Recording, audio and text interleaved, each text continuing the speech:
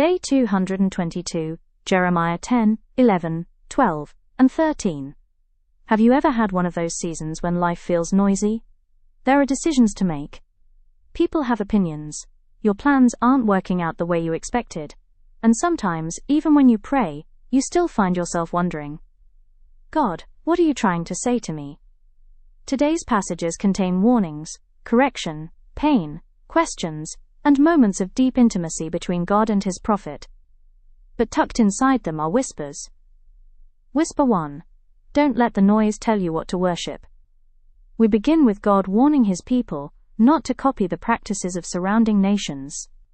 The people were looking at things made by human hands and giving them the kind of trust and honor that belonged to God. Jeremiah describes these idols as objects that cannot speak, move, or save. Now, most of us probably don't have a wooden idol sitting in our homes. But idolatry can look very different today. Sometimes we worship success. Sometimes approval. Sometimes money. Sometimes a relationship. Sometimes our children. Sometimes our careers. Sometimes the image of ourselves that we desperately want other people to believe. Anything we allow to take God's place in our hearts can quietly become an idol. Don't let what is popular become what is precious to you. Just because everyone is chasing something doesn't mean you have to chase it. Just because social media tells you that you are behind doesn't mean God agrees. Just because everyone else measures success by possessions, titles, followers, or applause doesn't mean those things are the measure of your life. This passage points us back to the greatness and uniqueness of God. So ask yourself gently today, what has been receiving the attention, trust, or emotional energy that belongs to God? You don't have to condemn yourself, just notice it and bring it back to him. Human beings do not always know how to direct their own lives. Jeremiah acknowledges that our own understanding is limited and that we need God's direction. Isn't that comforting? Because sometimes we feel like we should have everything figured out. By a certain age, we think we should know where we're going, we should know what decision to make. We should know whether to stay or leave, whether to start or stop, whether to wait or move. But Jeremiah reminds us that we were never designed to navigate life completely on our own. Maybe you're facing a decision right now. You have analyzed it from every possible angle. You've asked friends, you've searched online, you've made lists, you've imagined every possible outcome. And yet you're still uncertain. Here's the whisper. You don't have to know everything when you know the one who does. Prayer isn't always about asking God to give us a 5-year plan. Sometimes prayer is simply, Lord, I don't know what to do, please direct my steps.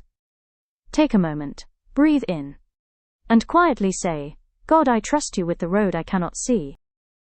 God then speaks about his covenant with his people. He reminds them that he had given them his word, but they had repeatedly turned away. There is something deeply painful in this, because the people had received God's goodness, yet they chose another path. And perhaps you've experienced something similar, not necessarily in your relationship with God, but in your relationships with people. Someone promised they would be there.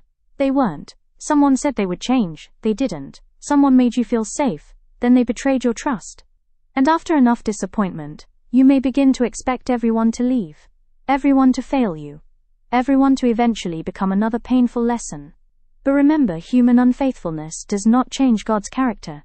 People may disappoint you. God does not become unreliable because someone else was unreliable. People may break their word. God remains true. This doesn't mean we ignore unhealthy relationships or pretend betrayal didn't happen.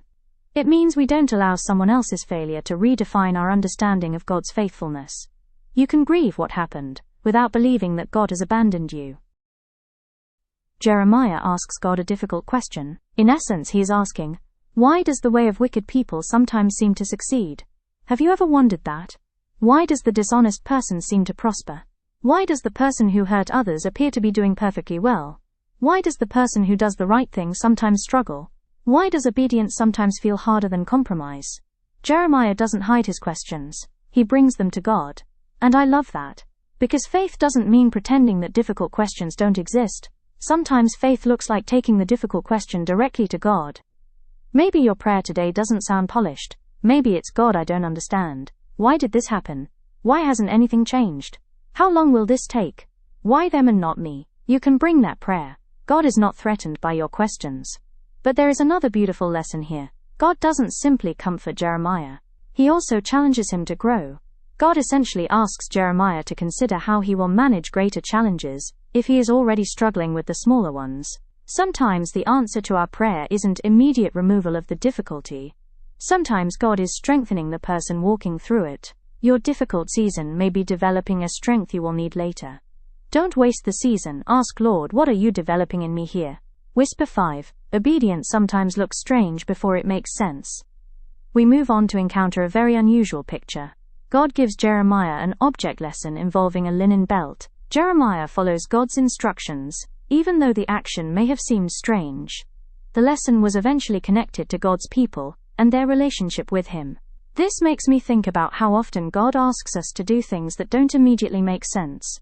Forgive, wait, speak, be silent, start again, walk away, give, serve, set a boundary, apologize, try again, trust Him, before we see the outcome. And sometimes obedience feels strange, because we want an explanation before we take the step. But God doesn't always give us the entire picture. Think about Noah, think about Abraham, think about Moses, think about Mary, and now think about Jeremiah. God often gives the next instruction, not the entire itinerary. Maybe that's where you are today. You don't know what the next 6 months will look like. But perhaps you know what the next faithful step is. Take that step. You don't need the whole map to obey the next instruction. Next we read where Jeremiah repeatedly confronts the pride of God's people. They had become so confident in themselves that they were unwilling to listen, repent, or change. And pride doesn't always look like arrogance. Sometimes pride sounds like, I can handle it myself. I don't need advice. I already know. That's just how I am. I'm not the problem. I don't need to apologize. Sometimes pride is simply our refusal to admit that something in us needs to change. And here's the difficult but freeing truth. Growth requires honesty. You cannot heal what you refuse to acknowledge. You cannot correct what you refuse to examine.